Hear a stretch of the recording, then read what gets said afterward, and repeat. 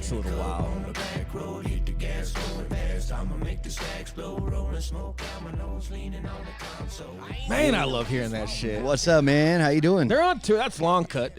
For the 10 millionth time, those are good buddies of ours that do hick hop. They are country rappers. More importantly, JT was in the Marine Corps with me. He was a lead instructor at a division schools in the Marine Corps, and right. Super good dude. Urban Assault Leaders course, really good guy, man. And I always tell the story. He used to rap when we were training together, and here's the etiquette behind like battle rap. I don't get to punch you in the fucking face. That's right. I have to rap back, but if I can't rap back, which I cannot, I have to just sit there and like laugh at your rap. I bet you could, man. You're pretty No, articulate. I can't. No, trust me, I bet can't. if you put your mind to it a little bit. But I you have to could figure sit it there out. and just let the dude like rap battle me and make fun of me, and because I got nothing, I have to like pretend to laugh. They're like, oh yeah, like I'm secure and like it's okay that he's like talking That's about me. funny. Fucking guy. Yeah. He's awesome. They're on tour right now, man. They were grinding because of COVID, and that hit the entertainment world super hard, and it's really hard to do virtual shows, right? But they got creative, and they're doing some really cool stuff, man. But good for them. So I haven't seen him in a while, miss him, but they're out doing good things, and it's fun to promote those dudes and people that we know, and you know, and there's a reason I'm like doing the best that I can to sound like a good person, because the guy we have on the show, he's still muted. I have not been a good person to this dude in our short stint of a relationship. I deliberately put a ugly ass photo of him on my Instagram, like the meanest, ugliest Buffalo Bill photo I could find, because I've met this guy in person, and he's gorgeous. And that Buffalo Bill photo is still pretty damn good. I remember shaking this dude's hand and like gazing into his eyes, and he's got this quad sweep. And now, no homo, but a quad sweep on a dude that size, it's crazy. Done. Big guys don't get shit in certain things, right? And then I had the pleasure of working out with this guy at 5:30 in the morning in the pouring rain. Now, to my defense, I walked out into the rain before he did. However, once he got in there, it was like what was that movie, man? It's the chick flick where he's like, "What do you want?" And The Notebook. Yeah. Dude, this guy was doing air squats in like the rain, the way it ran off his athletic shirt, and he's got this curly hair and tan. And I was like, Eli would be pissed at me if he saw how I was looking at this dude. That's too funny. He's gorgeous. He's just a super cool guy, man. We met at a Ben Newman private event for leadership and mindset, and we hit it off really well, man. He's got a lot of cool stuff to say, and I'm gonna let him kind of speak for himself now that he's been on mute for a little while, and I get to talk a little trash. But really cool guy. Played football in the NFL for the Buffalo Bills. But man, he's a great father. He's a great entrepreneur. He's got a lot of cool stuff, and he's got a unique story. Hence why we have him on the podcast today. But Eric, what's up, my man? How you doing, brother? I'm doing great. I've been given a lot of intros, and that might be the best. I might need you to start so you can give that intro. What exactly is a quad sweep? I'm not I know, of course not. It's like the guy that's hot that doesn't know he's hot. Like I know it just so a quad sweep in bodybuilding is like if a guy was standing there face front, right, and you could just see like the curve on the outer portion of his quad, like just a good sweep, good shape to the quads. You got a good I'm guessing some tight sweep. pants were involved or something like that. That's Eli probing because he doesn't want me looking at other dudes.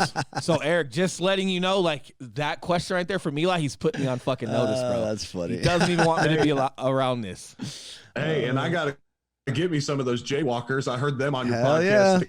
And Will introduced me to their brand, so I got to get me some of those. We'll send you some, man. Definitely show off the quad sweep. Dude, hell yeah, it'd be phenomenal. But Eric, man, love having you on. Super appreciated your time when we had some time to hang out in person and had a great energy with you. But we kind of spoke about the podcast and what it's all about. But man, just for listeners that might not be familiar with Eric and what he's all about and what he does, a little context on who you are and how you grew up, how you came up, man. And I guess we'll start it. And if you could stop somewhere around NFL, and then we'll kind of get a segue into post NFL. But what does that look like for you, man? Perfect, man. I grew up on the west side of Cincinnati, a blue collar town, a lot of Catholic churches, suburbs. Great place to raise a family. Not a whole lot of trouble you can get into. Life kind of revolves around sports. Played everything growing up. In high school, I entered high school just assuming that I'd step into starting roles, and I didn't even start on my varsity football team at my high school until I was a senior. So for me, I got one scholarship offer to the University of Louisville. It made my decision extremely easy on where I was going to go to college. End up going to the University of Louisville, grew into my body. When I was 16 years old, a junior in high school, I was 6'4", 200 pounds, skinny as a rail, thought I'd be a basketball player. But then I started growing out and not up anymore, put on 55 pounds my junior year to transition to offensive line, found my position there. I held on as long as I could, trying to be a tight end, trying to catch the ball, play with the ball in my hands. I was made to have my hand in the dirt and go to combat and hand-to-hand combat at the line of scrimmage. So put on a bunch of weight, showed up at the University of Louisville, about 300 pounds. So in about 18 months, put on 100 pounds and went to U of L to be an offensive lineman. Got there redshirted my freshman year, and then I played 49 straight games for the Cards and had an unbelievable career, was truly blessed. Like I said, I didn't make the decision to go to U of L. They gave me my one opportunity to not have to pay for school. So for me, from my background, that was a no-brainer where I was going to end up, and that was there, and got to hop into a program that was on the up and up at the time. We had a lot of success early in my career at U of L and ended up being a first-round draft pick to the Buffalo Bills, which was an absolute dream come true. So before we get to the Bills, right, you're young, you're in college, you're purposefully – now the biggest I've ever gotten I think was 274. And I remember it because we were pregnant with our son, and I don't know why I even stepped on a scale, probably the dumbest thing I did back then. And I remember seeing it, and I was like, oh, that ain't right. And I tell my wife, and she's like, oh, yeah, I don't know. I was like, so I was like, babe, stand on the scale. It was right for her. And I go, well, maybe around 200, the spring just gives out. You know what I mean? Right. Like maybe it's somehow worn out. Sounds logical. I call Eli, of course, right? I call Eli and I go, dude, I think my scales broke. Random, right? Like this is what I call Eli for 8:30 at night. He had just had his son because we were 6 months pregnant with Cash, and he goes, yeah, well, what did it say? And I remember I said I think I said 260 or 274. And he fucking laughed, and he goes, bro, you were every bit of 274. I was like, dude. And I had no business being that big. I worked out hard. You can kind of hide it. But I was just eating. But it leads me to my question, man. You were big for a reason. You're in college, super anabolic, working out all the time. Did you have, like, a favorite pastime in college of, like, what you liked to just indulge food-wise? Like, what was your favorite, like, 4,000-calorie meal? Man, for me in college, it was kind of whatever you could get your hands on. So if they had chicken breast at training table, you could get one to-go box. Nice. So I'd try and get as much bang for my buck. I would just load that sucker up with chicken breast, and then I'd go get packs of ramen from the store, pack of ramen, chicken breast. There you go. Now you got 2 chicken breasts and a pack of ramen. You got a meal for 10 cents there. But for me, it was a lot of weight gain shakes. I've always been a hard gainer. For me, it was, it wasn't hard to maybe get to 250. For 250 to 300 is where I had to like grind to get that weight on. And to stay above 300 was always tough for me. So it was a ton of shakes. It was starting every morning with some type of shake, ending the day with some type of food, some type of shake. But I've always been, even before I went to Buffalo, I've always been like a wings, pizza, beer type of guy. Like that's my weakness. Like I don't want the desserts. You can keep the desserts. Those are the foods I like to indulge in. I'm a sweet tooth. I do some desserts, but I tell you what, man, like cornbread and my mom's, this sounds so silly, but my mom's sloppy joes. Hell yeah. She puts a little bit of brown sugar, and that little bit of brown sugar Yep. with the beef and the sauce, dude. And she puts them on just regular 89-cent buns, right? Which means you can eat like 16 of them.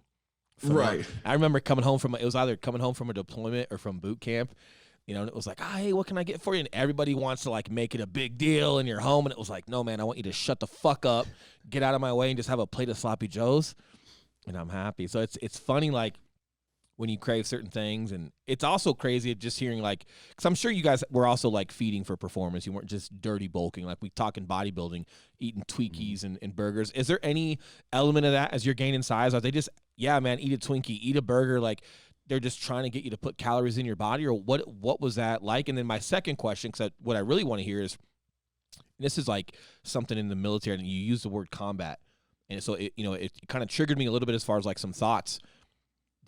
there's, like, hey, hold the line and hold fast, right? Those are like very prominent sayings, and they're very popular. I don't know if they came from the military, but they're very popular within the military. And I see the offensive line as like the last line, the only line, but the last line of defense of, like, you're just trying to keep the Lions away from that pretty boy quarterback or whatever it may be, right? And, like, what's the mentality of just being on that offensive line? Because we know defense is like especially the Ray Lewis's or the defensive ends. We know, or the Bill Romanowski's, right, spitting in your face and like crazy. But, like, what we don't hear too much about is who are the guys that have to fend those monsters off? What's their mentality? Are they dirty? Are they nitty gritty as well? But they're more like the White Knight because they fight with honor, protecting a quarterback. Like, it's interesting. So maybe we'll even skip the dirty bulk. Fuck it. But what's the mentality? Because when you said combat, man, hand to hand, get in your face, what's the mentality and, like, what made you successful there on that offensive line? I'll touch on the dirty bulk just very quickly. Deal.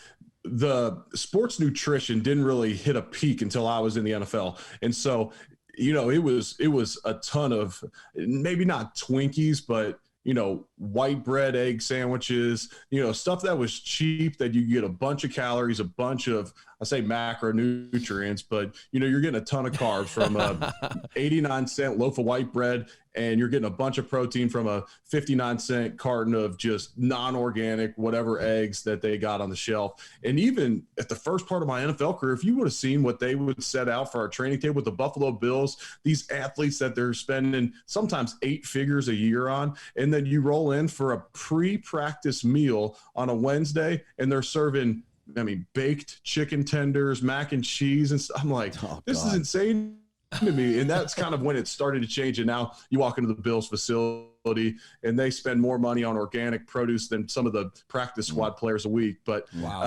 so there was definitely an element of dirty bulking. And to stay that big, if I tried to even eat clean all week, which I would try and do to an extent to try and cut down the inflammation, it would make me feel better, I'd lose too much weight. So there always needed to be an element of just some crap food, some like big Italian nights and all that, where you're just pumping calories in. But I loved your question about the offensive line, and we could probably fill an entire podcast going back and forth talking about the camaraderie, working together. If one guy screws up, we all screw up. Yep. The mentality of the offensive line is so different. So growing up, no one wants to be on the offensive line. You don't touch the ball. You just hit each other. You don't even get in the stat sheet. So why the heck do I want to be an offense? These bonds over years of playing together, and you're on national TV, so maybe you get some recognition, and then you get to the NFL and you're all trying to keep your job. You're protecting the most valuable asset in the entire organization, more important than the head coach. If the head coach last year in an NFL game had COVID and couldn't coach, the point spread probably wouldn't move. If a quarterback's out, the point spread moves about 7 points, depending on who it is, up or down, depending on who the quarterback is. That's a big swing. Right. So you're protecting the most valuable asset. The offensive line is always judged as a whole throughout the game. Now everybody thinks they're an expert. You got Pro Football Focus and all these entities out there that want a great offensive lineman. So sometimes people have an idea of who the actual guys are that are maybe studs up front. But in general, you're judged as a unit. And so we always have to pull up the weak links. If someone's not smart, okay, put him next to someone that's really smart. If someone's not as strong at the point of attack, okay, put someone really strong next to him that can kind of make up for him. And so it's a great balance of everybody working together, but we're all out there trying to whip people. Ndamukong Suh reached out to a neighbor of mine for some advice on a restaurant investment, and it came about that he was friends with Ndamukong Suh, my neighbor's friends with me, and so he brought up my name to Ndamukong Suh, and he goes, everybody says that I'm a dirty player. He said, Eric Wood is the nastiest player I played in my entire career. And we used to go to battle. I mean, we used to fight after every whistle earlier in my career. And then he goes to the Dolphins late in his career, late in my career as well. And I'd have to face him twice a year. Well, then you end up kind of getting a mutual respect level where it's like, okay, we can't fight after every play. You end up getting to know each other. He's come in for Kentucky Derbies. I've run into him. He's actually a really good dude. But it was funny hearing him say that about me. And I'm like, what are you talking about? Well, for those people who don't know about Sue, guys when they're on the ground, he's literally one of the dirtiest guys. Is he? Allegedly. Yeah. Right? Like they definitely mark it, and they definitely have exposed it like he's one of the dirtier players. And you got a couple video clips of him like stepping on Aaron Rodgers' leg and just some different stuff. But it's interesting because it's like, hey, maybe you've got some dirty elements to you, but that's why I call it the whole like white knight thing. Like you guys are, defending honor, defending the quarterback, and like I've never heard of an offensive lineman getting like called out for dirty play or being rough or just the little intricacies, of that. But it's like you guys are fending off some crazy dudes. There's got to be. Let me put it to you this way: I was a cop, right? And then you've got like super hardened criminals. And it's like, hey, are there little nuances within law enforcement? Similarities. Potentially. Yeah. But are we known for that? Like, no, but like, yeah, man, like there's a different element when you're facing like super hardened criminals, not your just typical traffic stop or something like that. Like, and so I was trying to relate to like, man, what the hell are you guys doing up there? How are you so successful? And what does that look like? And it's interesting you talk about getting judged as a unit. If Von Miller gets a sack, they don't credit the defensive line or anything. It's like you see that guy get that sack. So it's like it can be a very individual, celebration. I'm sure he'll credit the team in the locker room, but it's on TV and it's him doing the strip sack, right? And then the ball goes in the end zone and Broncos score and like, yeah, it's Von Miller. But then like when someone gets sacked, like you don't really hear about like, oh, so and so blew a block. Like it's like you say, like, oh man, like every time you hear commentators talk about football, about like who a team should be drafting or like what the Broncos should be doing this year. It's always, they don't say Eric Wood needs to unfuck himself. They say like, oh, the Broncos have no offensive line. Like, oh, their offensive line is this. And you're right, man. Like you could be a stud, but if you've got a couple guys that are not doing so well, man, like it brings it down. And the team, team knows you're a stud, but that's about it. Well, and to your point, so, and this is kind of where I was going with all of it. So when you're growing up, no one wants to be an offensive lineman. But then you get to the NFL, and everybody's kind of an independent contractor in the NFL. And you're your own business. You're your own product. They can get rid of you at any time. You're a part of the Buffalo Bills organization. But even if you signed a 5-year deal, most of the time they can get rid of you about whenever they want to. So we got this offensive line that's judged as a unit. So now we're super close. We get together on Monday nights with our families. After games, we'll drink a few beers in the parking lot. Like we are a close group. Now everyone's jealous of you. Yeah. Now everybody wants to hang out with the offensive line because you innately are going to have this tight-knit group. And everybody else is worried about, hey, I didn't get the ball. This receiver is getting all the touches, so this receiver's jealous. Not in our room. If we perform well as a unit, we all get the credit. If we perform bad, we're all subject to lose our jobs. And so for us, that just creates a bond. Camaraderie, man. And we have to rely on each other. Yeah, and I talked to you about this in St. Louis, Will. Like I hate at times when people compare athletics in the military because what we do is not life and death.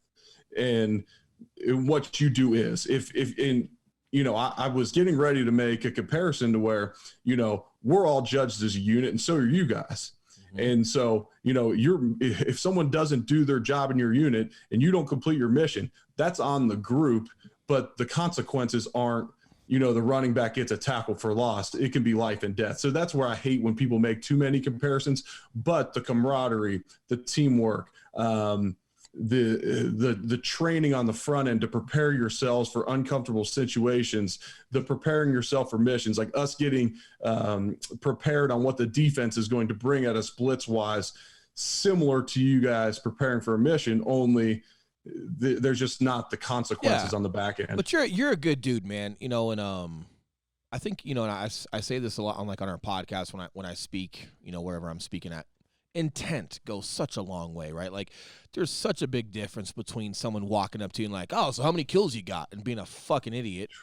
But then somebody like yourself where like you're really communicating like, man, just that camaraderie being forged in adversity. And whether I like this guy or not, or I know this guy or not, like, hey, we're a squad here on the offensive line and we're going to live and die together as far as our success with our career. And your intent isn't to, overstep or be inappropriate. And man, like it or not, there's a lot of similarities. And something I also like speaking a lot about is like you do have a lot of guys out there that are talking combat and certain things, and it's no disrespect to it. And I don't speak to it, but it leaves this gap of there's so much from, boot camp and going to School of Infantry and going to your first unit with guys well before you ever deploy. That is forging a lot of adversity, man, and a lot of camaraderie and a lot of building together. And, and again, I don't speak to the combat side of it, and I'm not against it or anything. It's neither here nor there. But the one thing I've observed is like when people listen to a lot of that stuff that are from like the civilian sector, it becomes very romanticized. And I don't know how relatable it is because they're telling these stories that like, yeah, unless you've been that guy, then I don't know if you can relate to it, but it sure is fun to listen to. But I don't know how much you can take from that and then actually go be better in your own life or your own business. But what we did prior to deployments and how we instructed Marines and how we grew together, there's just so much there, man, that I almost feel bad. It's like, hey, like, there's just so much more good shit here before that even takes place that's kind of getting overlooked as into why that was successful in the first place, right? Absolutely. And I'm sure you could speak on this as well. There's all these issues right now with social injustice, and there's people, if you say you're a Christian, someone will bash you. If you say you're a Jewish man, someone will bash you. Everyone wants to bash you for everything. But when you're put through adversity with a group of guys, and the ones that make it to get to deployment, like you don't care if they're black, white, purple, anything. You don't care what their religion is. You don't care where they came from. You don't care what their economic status is. You're going to battle with a group of dudes and you're on a mission. And that is so refreshing. And like I said, I don't want to over compare the two, but in a football locker room, you look around and nobody cares whether you're white or black. Nobody cares who's making the most money for the most part.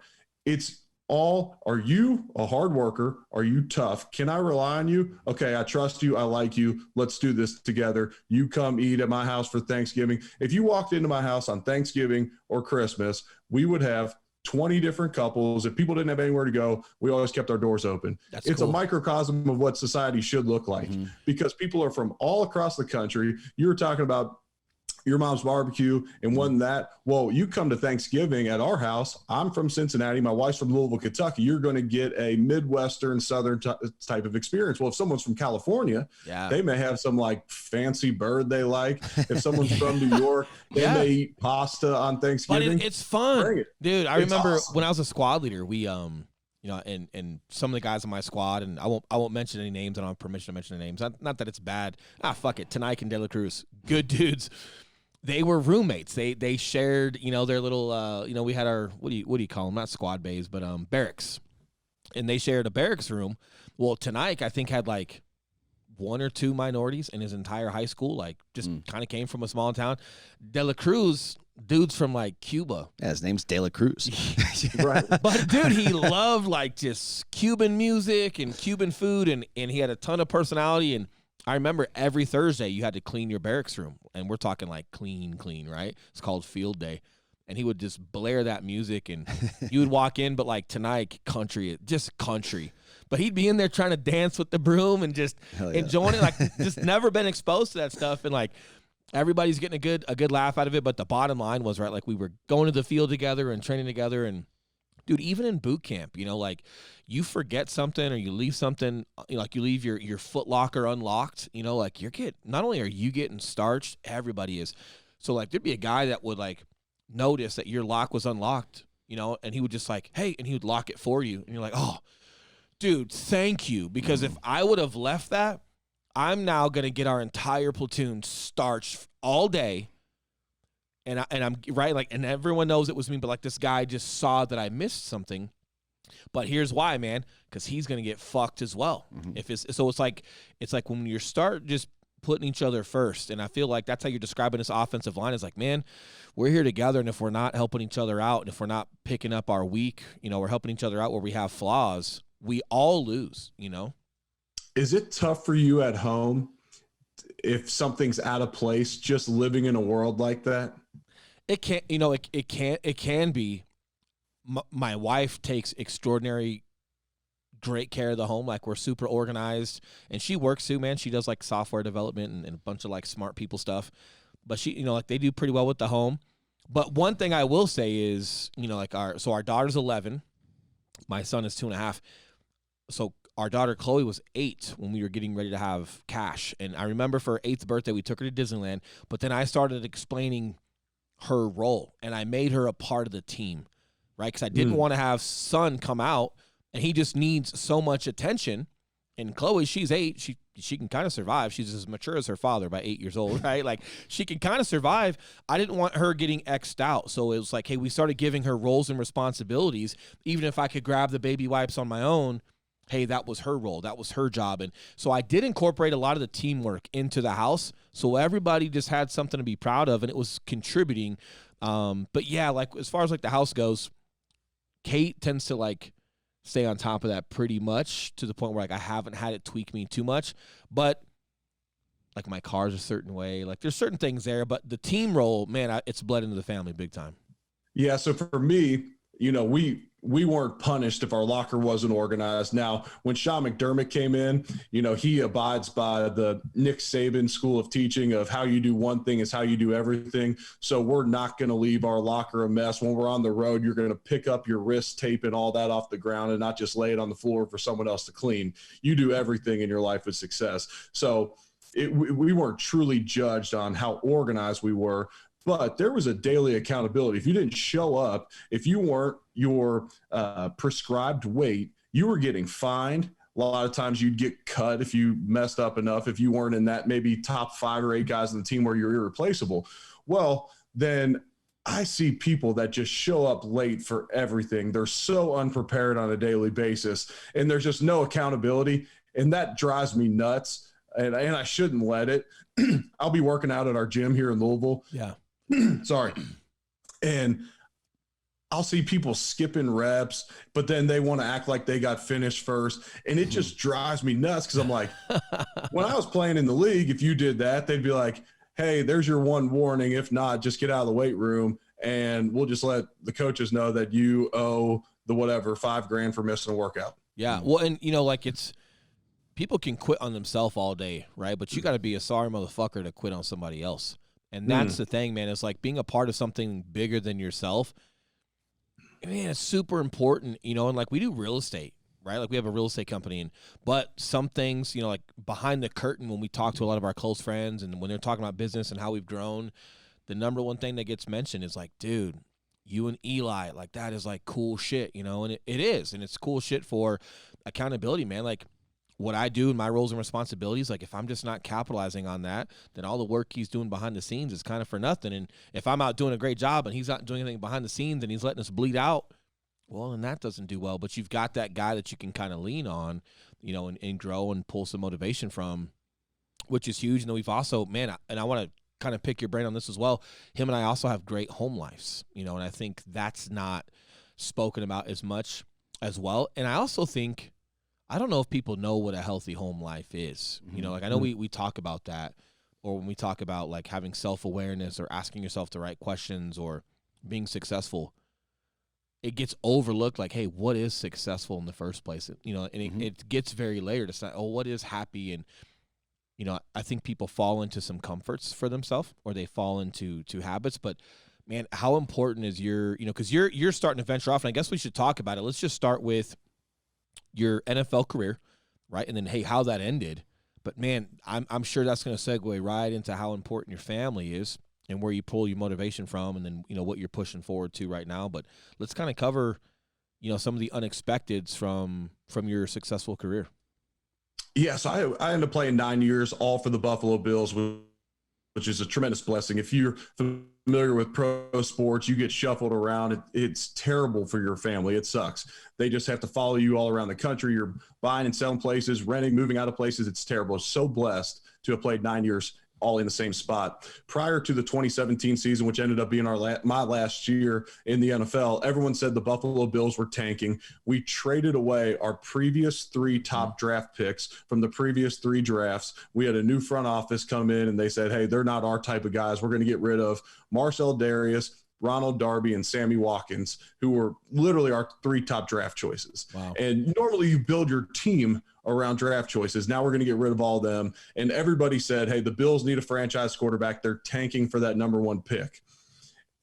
Not only did I have faith that we had enough talent in that locker room to do something that year, I signed a contract extension before the season. Mm-hmm. And so when everyone was saying, hey, we're tanking, this is going to be the worst year of our life, I said, you know what? I'll sign a contract extension. That's how much I believe in this new regime that we brought into Buffalo with Brandon Beane and Sean McDermott. And that looks pretty good now, me saying that 4 years later when they were in the AFC Championship game last year. But heading into 2017, we were living in the longest drought in professional sports making the playoffs. It had been 17 years since the Bills were in the playoffs in all sports. Yeah. That was the longest. And so that year, long story short, we ended up breaking the playoff drought, and we won in Miami week 17 and got to go back in the locker room and watch the Bengals beat the Ravens to seal us into the playoffs. And you want to talk about a party.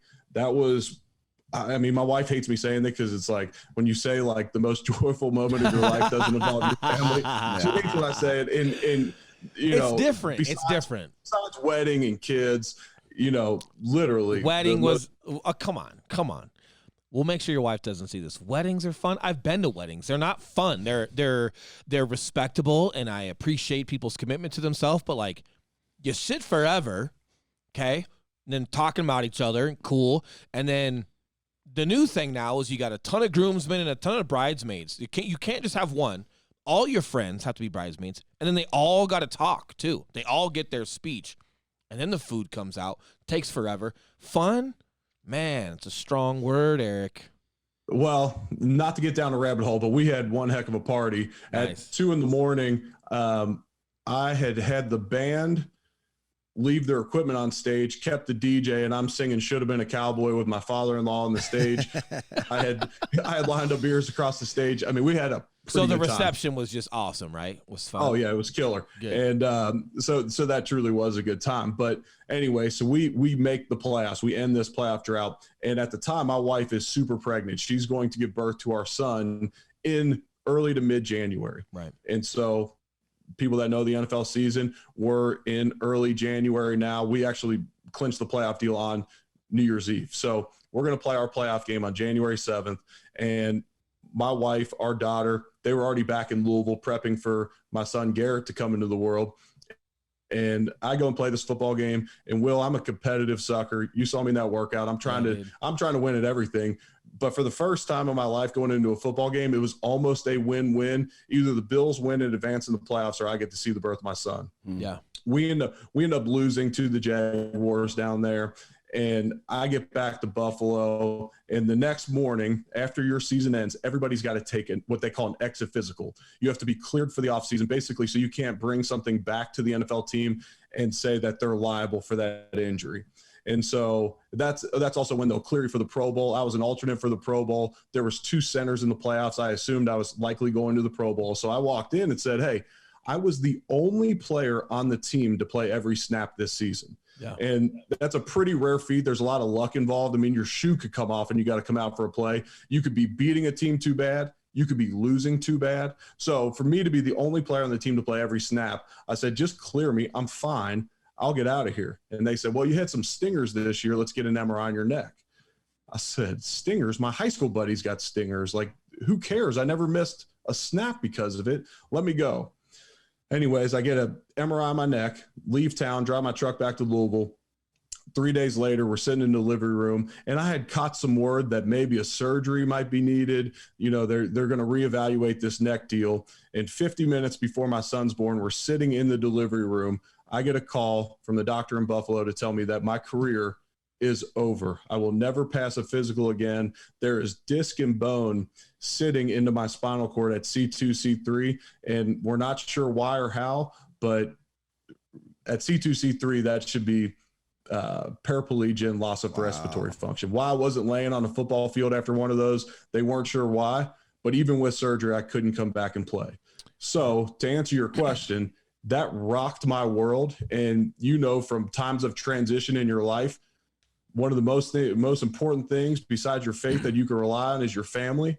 And thank God he blessed me with the family I did. And, you know, I want to be the dad and husband for them that they deserve because they've always been there for me. Yeah, and it's strong, you know, and like I've had some like transitioning out of like the military operations was one thing, but I fell into police work, you know, which is there's a lot of similarities there, a lot of differences as well.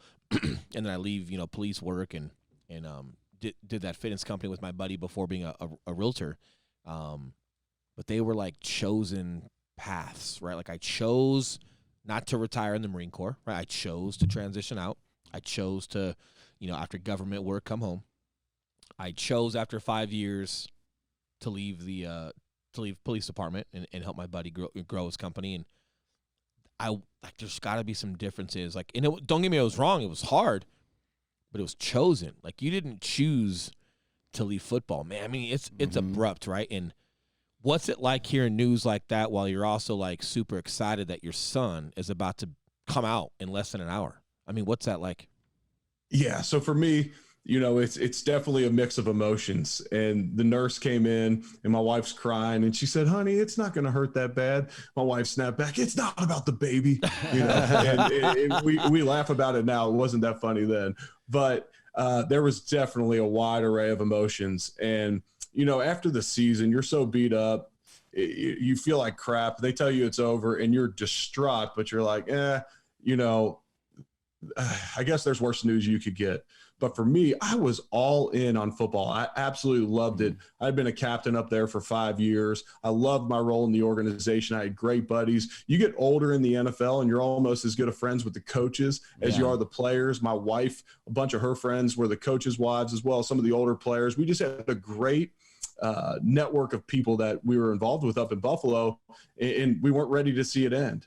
And for me, I had a lot of goals that I wanted to accomplish in the NFL still. You know, I wanted to make a run at a Super Bowl, make more Pro Bowls, you know, whether that's the Bills Wall of Fame. If I could have played 20 years, I probably would have needed 20 years to make a run at the Hall of Fame, but who knows what happens. You give me a guy like Josh Allen, who's up there now, maybe we win a few Super Bowls, and offensive linemen from Super Bowl teams have a much better shot at the Hall of Fame.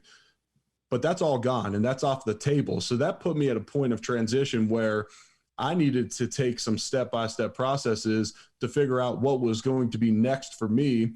And I'll use this as a chance to plug my podcast now. I have a podcast called What's Next with Eric Wood because I was trying to figure out what the heck was next.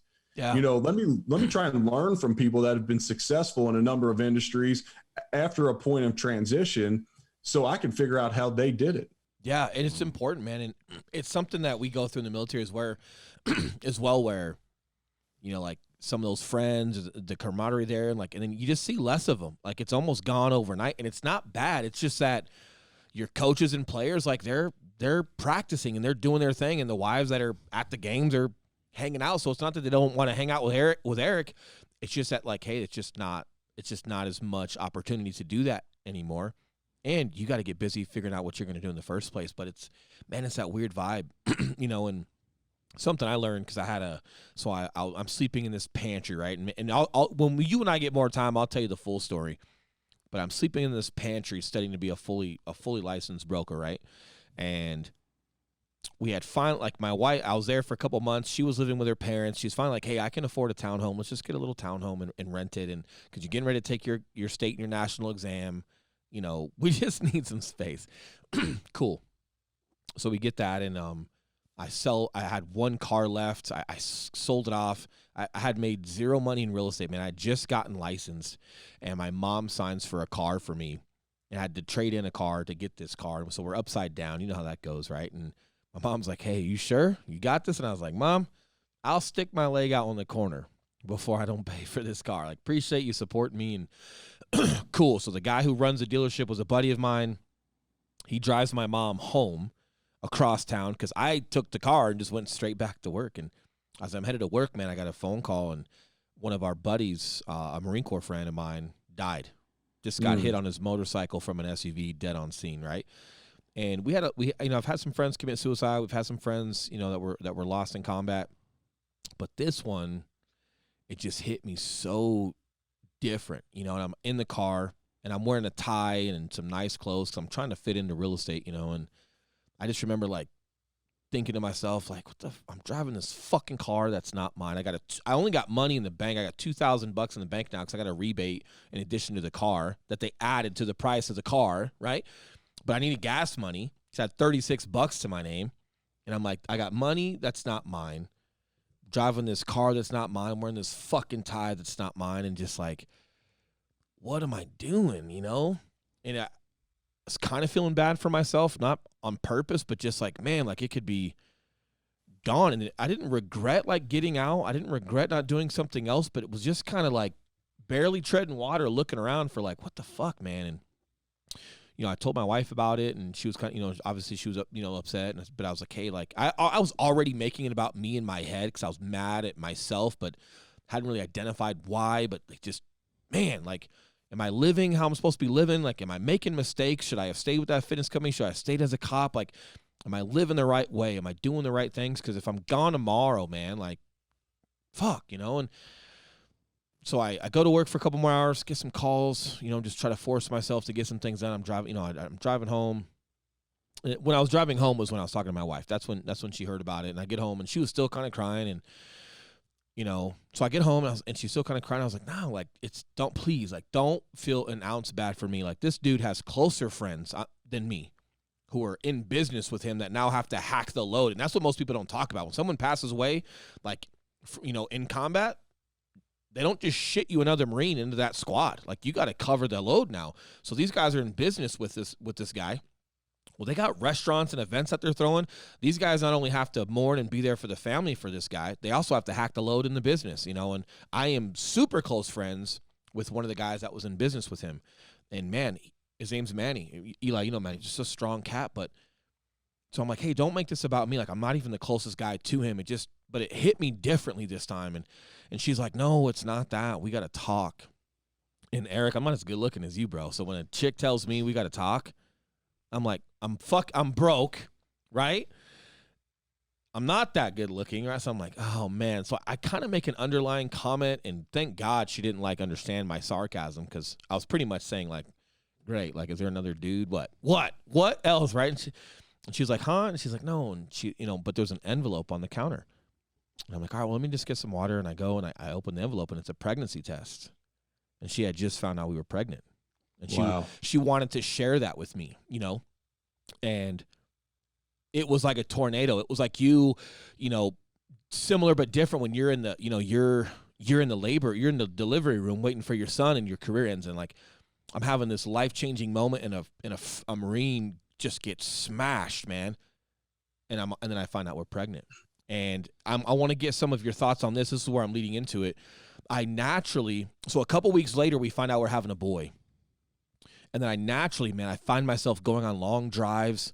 And, where I worked at the time at the brokerage was a little bit further away. So it was just naturally a 45-minute drive. And I started thinking, like, with a boy, like, it's just different, you know, he's going to have my name. And I started thinking about, oh, like, dad was this and dad was that and was. And I'm like, man, I don't want to, like, just.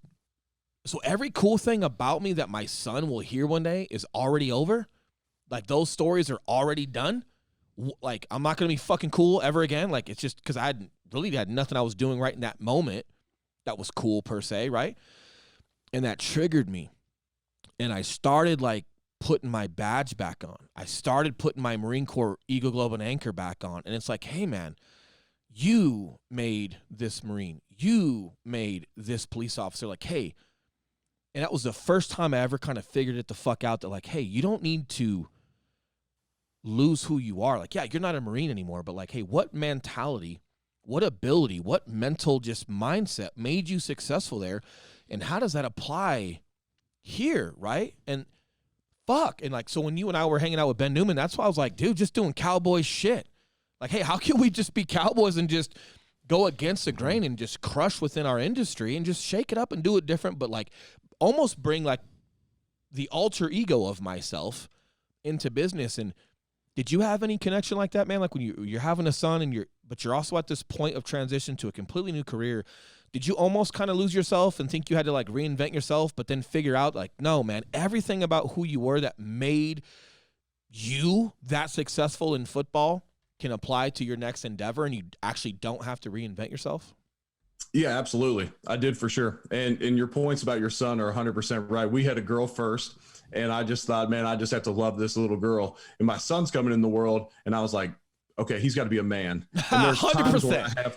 there's times where I have to just be really careful with my parenting because I'll be so much harder on him. And he's only 3.5, like, you know, but I want to be so hard on him because, you know, and I think part of this stems from me not growing up with money. And now we have some financial security. I'm like, I'm not having some soft, blonde, curly haired, rich boy that's spoiled, that has no work ethic, that has bad manners. I'm like, no, you're going to be tough. You're going to figure out, you know, you're going to work for what you want in life, just like your dad had to. So it's that mind shift with little boys. Like with my little girl, I'm like, I want her to have everything. Yeah. And for him, I'm like, no, you got to earn everything. Yeah. And so it's a different mentality. And I think that's natural. And I think that's okay, honestly. Yeah. But there's some child psychologists out there tell me how dumb I am, but that's okay. me and you two can have this conversation on our own. Yeah, but, well, dude, you know, like Eli's big on jiu-jitsu and stuff, and people have asked me, like, you know, because you know, my son, man, by nature, he's kind of a bruiser. Like, he's a super kind kid, and he says, I love you, and he kisses boo-boos and gives high fives, but naturally, he just runs around and breaks shit, bro. Like, just throwing shoulders. Jumps down the staircase. Yeah, you know, but like my biggest thing is like, yeah, I'm more well off than my childhood. My childhood, like my dad got laid off in the 80s when the rocket blew up on live television. And so I had good parents, but we were not, you know, less fortunate, but good parents. And now that we're better off, it's like, yeah, some of those times, like the certain schools I went to or the neighborhoods I grew up in, like, yeah, there's some friction there. There's some hardship. But like now people ask me, like, hey, how do you approach that? It's like, well, I've just got to introduce the friction to my son. I had friction organically just growing up in the neighborhood I was in. My son will not. So it's like getting him into jiu-jitsu, getting him into athletics, getting him around me and just pushing him to a certain, just exposing him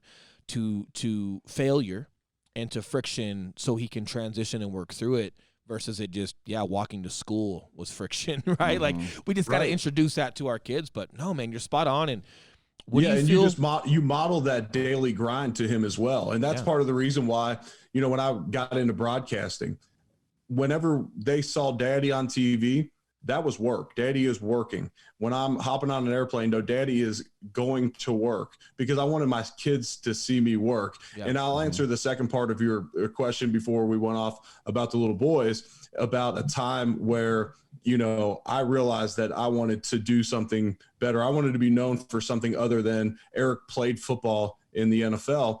And when my career ended because of the injury settlement and all the language around the contract, I couldn't go get another job because then I'm retiring. So they didn't cut me till May 31st. So from January 11th, when I found out about the injury, all the way till May 31st, I couldn't go get a job. I couldn't pursue a broadcasting career. I couldn't really do a whole lot of anything because then I'm retiring.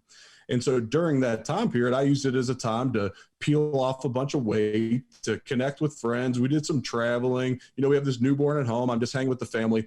And I remember going to my college head coach's golf outing in the spring. It was end of March. And time after time, these old farts that are working, like passing out beers on the tee box, would say, hey, Eric, what are you up to now? I said, you know, I'm just trying to figure it out. And they'd say, well, you're too young to be retired, son. And I said, I know. I didn't choose this. You know, I'll figure something out. Well, you know, so-and-so's got a company. If you need a job, I'll be all right. I'm telling you, that lit a fire under me. Like, you know what? And it's not about them. It's about me personally, but it lit a fire in me. Like, screw these guys. Yeah. It's not about impressing them, but I'm going to show my family. I'm going to show those that look up to me, those that I lead in life, that, and it's not a competition money wise. It's not about, you know, out earning my NFL contracts, even though that'd be great. That'd be a way to quantify that I maybe made the most of my second career. But for me, it was about going out and making an impact. Like, I feel like I'm the luckiest dude on earth. And I say it all the time. I mean, I had one scholarship offer. I go to the University of Louisville, which ended up being a great position where I could start as a redshirt freshman, be a freshman All-American, which just kind of led to, you know, a lot of momentum that got me to be a first-round draft pick. Play my entire career one spot. I entered, you guys are in the real estate game, but I'm sure you know enough about finance. I got drafted in April of 2009. The market hit the bottom it's been in the last, 40 years in March of 09. And I put my money in right then and it grows like crazy. I mean, just like lucky stuff has happened to me. Well, the people I've been introduced to, there's just been so many fortunate things. What am I going to do? How am I going to utilize all that to make a huge impact for God's kingdom and make a huge impact for people in their lives that are trying to find success in all buckets of life? And fuck them. Right. And dude, you played offensive line in the NFL. You're a Pro Bowler. Fuck them. Like guys that like don't mean any harm. Like their intention probably wasn't terrible, but the whole like, you need a job. Like they got it in their mind that you're washed up. And then because you're in this window of transition where you just need time, you know, like you don't have an answer.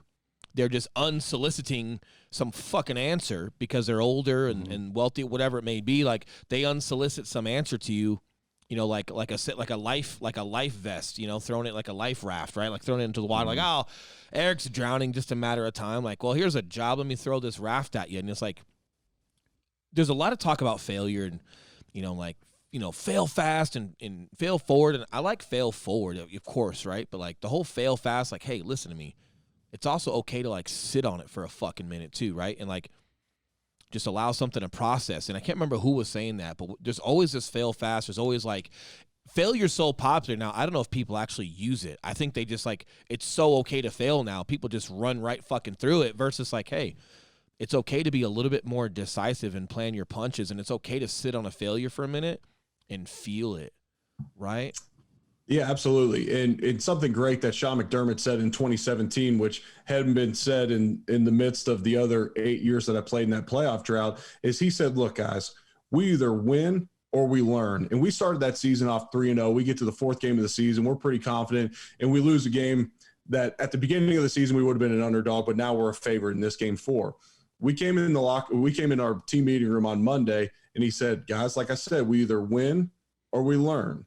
This loss does not end our season. The season isn't over right now unless you let it be. So let's learn from this and let's fail forward, like you said. Yeah. Learn from your mistakes in life. Don't repeat them, and you can get back and almost propel yourself forward. There's, there's always that graphic of path to success, and it's some squiggly line. There's the graphs that look like a Colorado mountain range up to a peak. It's a series of peaks and valleys in life that get to where you are. But if you get down in a valley and you feel sorry for yourself, or you don't learn from it, you'll stay in that valley. But if you get to those moments where you failed as a dad, as a husband, as an athlete, as a businessman, and you learn from those, it'll propel you to way higher peaks along your journey. Yeah. And where do you pull a lot of your motivation's also kind of a played out word, That's right. But where do you pull like your energy from? Like, is there anybody in business that you do some things with that just kind of like are running and gunning with you that you can pull some energy from? Is it primarily from your family and just having that good foundation at home you pull some energy from? Or what does it look like for you on a daily basis, man? What keeps your mindset focused? What keeps your fitness and everything? And by the way, super kudos for losing all that weight, right? Like something that I fail to mention sometimes is when I was living in that pantry, a literal pantry when I was studying to be a broker, I got up, I worked out. I studied for 8 hours a day. I did a little bit of lift at night just to make a couple bucks for my daughter, just to say I was not a complete worthless piece of crap, right? But, man, it was like anytime something wobbles or anytime I put myself back under the fire, rest, hydration, exercise, the cleanest diet I can possibly do, even if it's on a budget, and just getting after it helps me. And, not every day is fun, but what keeps you lit throughout your days, and where does your consistency come from now versus when you had that offensive line and kind of like have that camaraderie with? Where do you pull from? Yeah, I think a few things. So for one of the hardest things for me, and I'd like to hear your thoughts on this after I nail my 3 down, but one of the hardest things for me about transitioning out of the NFL was finding a new routine. My routine was always set for me throughout my NFL career, my college career. You got to the facility at a certain time in the morning. Some guys get there earlier than others, but your routine, you have to eat breakfast in the morning to keep the weight on. You have to go in, and you're generally going to be dinged up during the season. You're getting some type of rehab work. Go catch your lift. You're doing these, then you hit meetings and you're prepping for the game. So you have this routine set up for you. And for me, man, I got in this mode of like, when my career ended, it's like, who cares if I sleep till 10? It doesn't affect anything. Well, I needed to find a routine that served me. Get up in the morning, do my daily devotional, hit a gratitude journal, read something that's going to be informative, inspirational in my life. And so then I'll generally catch a workout and get my day going. So it was finding a routine. I'm a huge believer, and I know it's cliche nowadays to be that you're the average of the 5 people you spend the most time with, but it's a cliche and it's overused because it's true. Yeah. Everybody knows it now. And so I try and surround myself with great people, and whether that's, friends, family, mentors, I'll try and connect with people. They used to say you're 6 degrees of separation from anyone in the world. Now with social media, you're really about 1 degree of separation from anybody in the world. Go try and serve people, try and connect with people, go pay for a connection with someone, go to an event, similar to us going to Ben Newman's deal. Align yourself with people that you want to be like, that you want to catch inspiration from.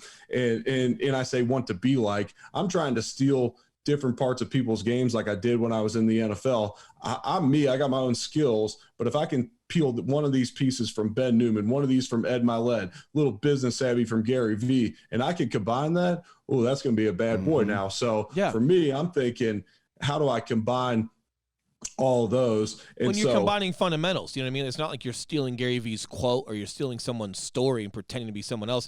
You're taking from these guys fundamentally how they create content, how they market certain things, but you're plugging yourself into those game plans and executing on it, correct? Yeah. And then the third one is I'm just trying to fill myself with what I want to show up in my life. That's why I start in the morning with a devotional and inspirational reading. While I'm working out, I'm not listening to music anymore. I'm listening to podcasts that are going to drive me, whether it's business-wise, faith-wise, health and fitness-wise, whatever it may be. I'm listening to stuff that's going to fuel me. And I talked about, it's interesting because you're the average of the 5 people you spend the most time with. Well, if you're listening to Gary Vee's podcast a whole bunch, well, he might creep into your top 5 for that week. And you know what? That's not a bad business-wise. That's not a bad dude to be an average of. A Ben Newman, an Ed Milet, a David Nurse, a John Gordon, the list goes on. You start filling your mind with people that are constantly speaking, encouraging, inspirational, motivating messages.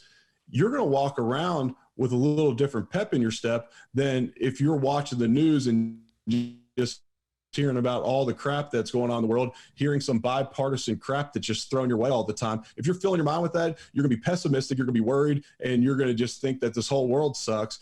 Man, go get poured into by all these great avenues. And everyone says social media is this and that. You know what? If you follow the right people, social media is a very, very powerful tool. Well, and the bottom line is, like, I think the rockiest position for people is like they start getting poured into by some good podcasts or being around good people. And then right when they're about to like get that swag and like take some action on it, they get a little reluctant. Or the people that are around them like don't even know who Gary Vee or Ed Milet is. And then they get a little bit more reluctant. Like that's exactly the time where you need to triple down and just give yourself permission that, hey, you don't need permission from anybody else. And if someone doesn't know someone that you're listening to or doesn't have the vision that you have, like, hey, that's okay. But you can't be reluctant in that moment. You got to take that momentum and you got to ride it forward. And then, the other big thing too about like the people you're actually physically around, there's a lot of talk about, the 5 people you're around and hey, and that's going to be who you are. Don't forget that you're also one of those people to someone else. So you can't forget that, hey, my entire, obligation here when I'm in a circle of people is to be a value add. I've got to be somehow, like, is it revenue? Do I bring people to a stage? Do I have creative ideas that Ben can pull from himself? Do I have a different network that Ben can tap into with me? Like, what does that look like? And it's not like a salesy thing, but it's like, hey, I'm coming here with a certain mindset for a certain reason, and whatever I decide to do should somehow indirectly also be a value add for that person, so I can be a contributing member to that circle. And I think it's just not spoken enough about, but naturally, man, like your demeanor of taking care of yourself and being a value add, I think comes from the offensive line of like, you got to be there for others. And I wish it was spoken about more. Eric, question for you, man. Not to make us backtrack too much, but that night that your daughter was born, the day that you found out you were being released from the team. Was it daughter or son? Son. Oh, son. Daughter second. Okay, so that night your son was born, and you're being released from the team. I want to dive into that a little more, man. You mentioned like wife was crying, and it's not the baby. What was your? Because I'm imagining that was one of your day $1 right, or another one of your day $1 So your conversation with your wife that night, your conversation with yourself, like what did that look like? If you guys just like, oh shit, okay, this happened. Like, what are we gonna do? What was that conversation like? Man, there was a lot of conversations that came from that. Initially, I said, okay, I appreciate your input.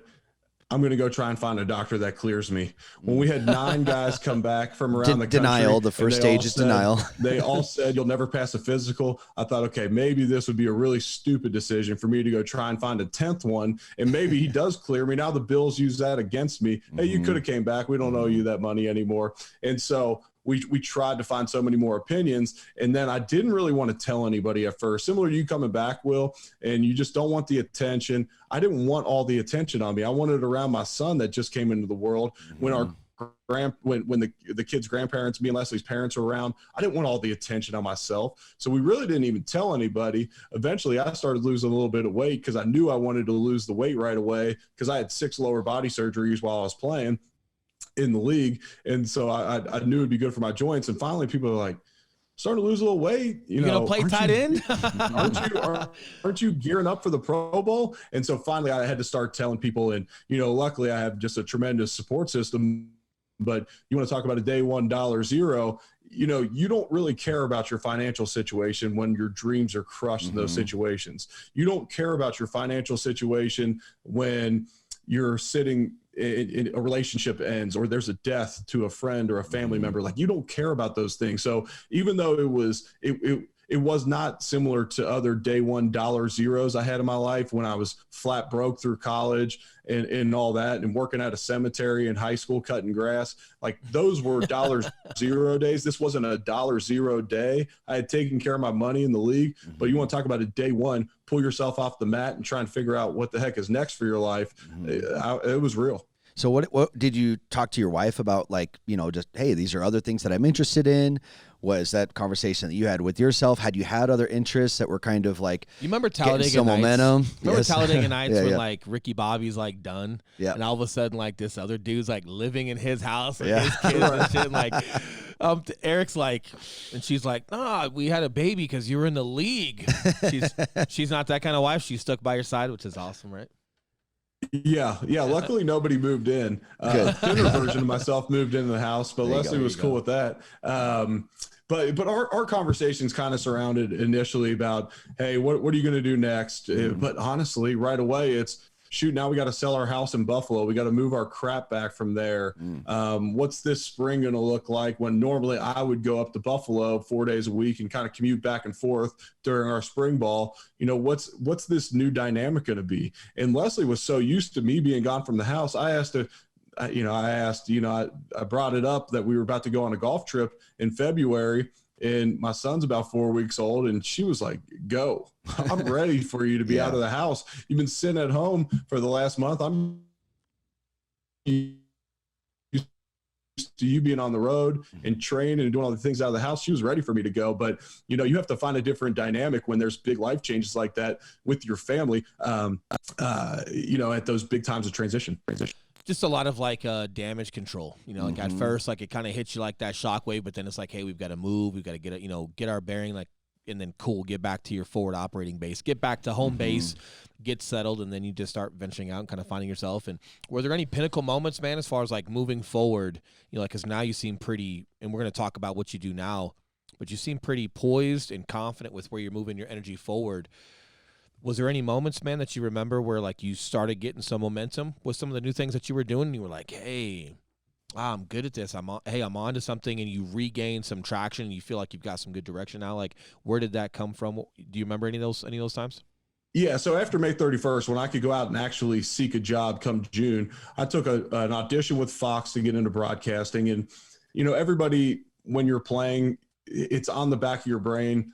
could I get into broadcasting? Is this something I could do? You know, we all, if you've studied enough film, you pretty much have a PhD in football, and then it becomes, can I communicate well enough that they'll put me on TV? So I went out to LA, and Fox put me on a couple pregame shows, and I did one game, and I called it for them in November, and they put us on Kansas State at Iowa State. So we got a top 25 team in my first ever gig, and it was awesome. It's a rivalry game. I didn't know it was a rivalry game, but they have like a trophy and everything with it. So I get to call this game right after Thanksgiving. And the reason I got to call it was the Saturday after Thanksgiving, and a lot of people didn't want to work, and you had to travel to location on Thanksgiving. But I said, screw it, give me one opportunity, I'll take it.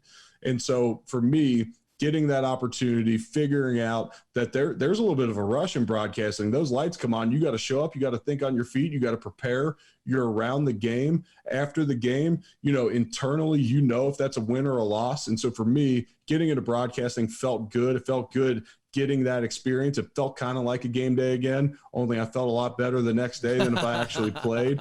And so for me to do those things, and then I get in the podcast and have these incredible conversations with people, you know, Will, we spent a couple of days together, but hearing more about your story here, and you guys hearing my story, you guys will know me better than some people I've known for 10 years. Yeah. So to have those experiences with the podcast, and now getting into some type of performance coaching and being able to work with athletes and see them be successful in all areas of their life, which will lead to better on-field performance, like that stuff's been really rewarding. And there's been a bunch of like aha moments, like, man, this is rewarding. This is fulfilling. Maybe God got me out of the NFL right at the exact time that he wanted to. So I didn't just play till the wheels fell off and could never swing a golf club or go out and do water sports or play with my kids anymore. 100%, right? Like you see some of those guys, and the hard part about that is like, you're not going to feel it when you're 30 and know whether it's been too much or not. You're going to feel it when you're 70, and it just kind of hits, and there's not much they can do. But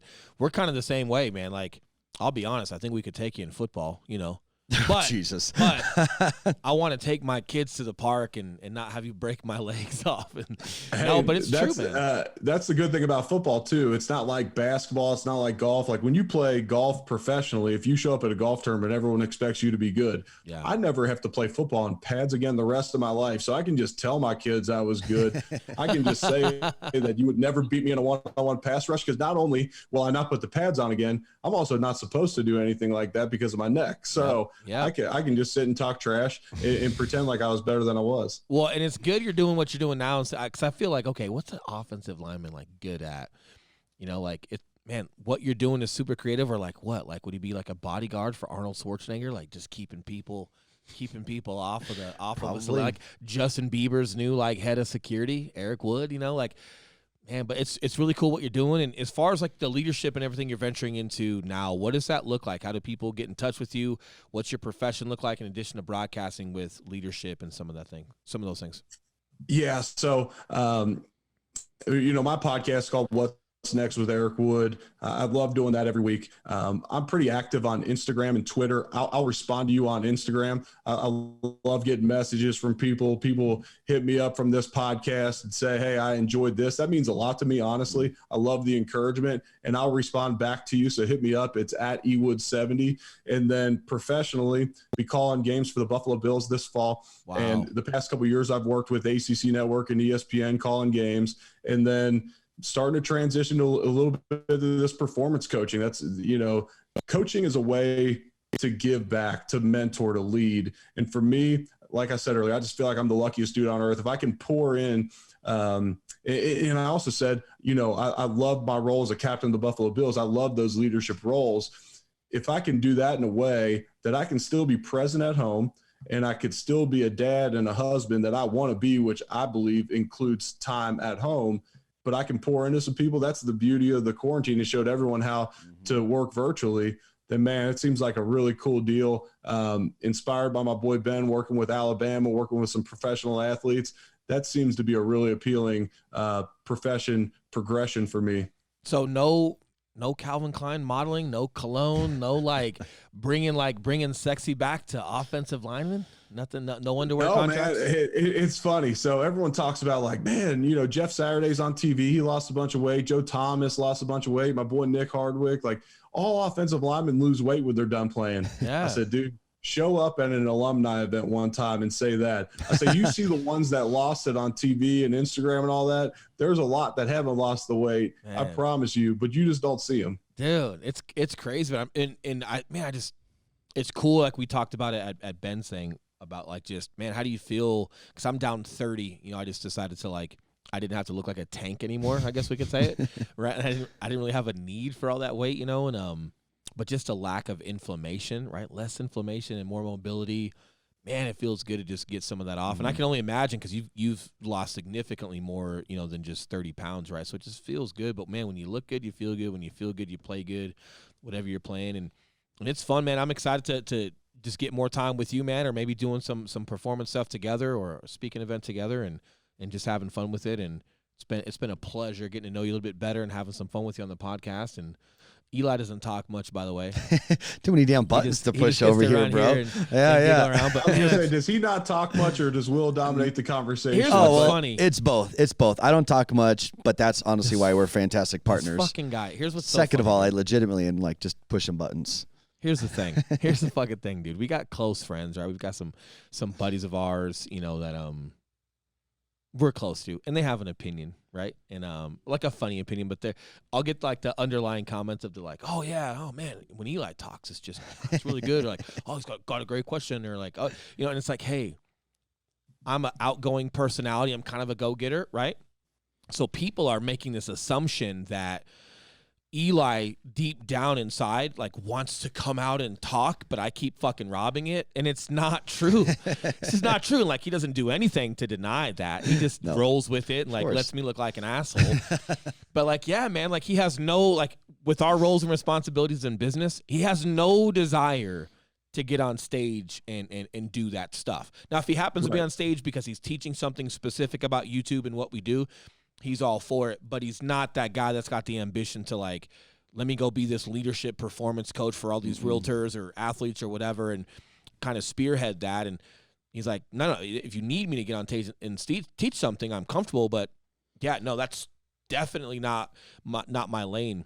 100%. But people make assumptions, right? Because they think like putting yourself out there and being on a stage that like it's very glorifying and fancy. And it's like, dude, there's a lot of work and execution that goes into behind the scenes on that.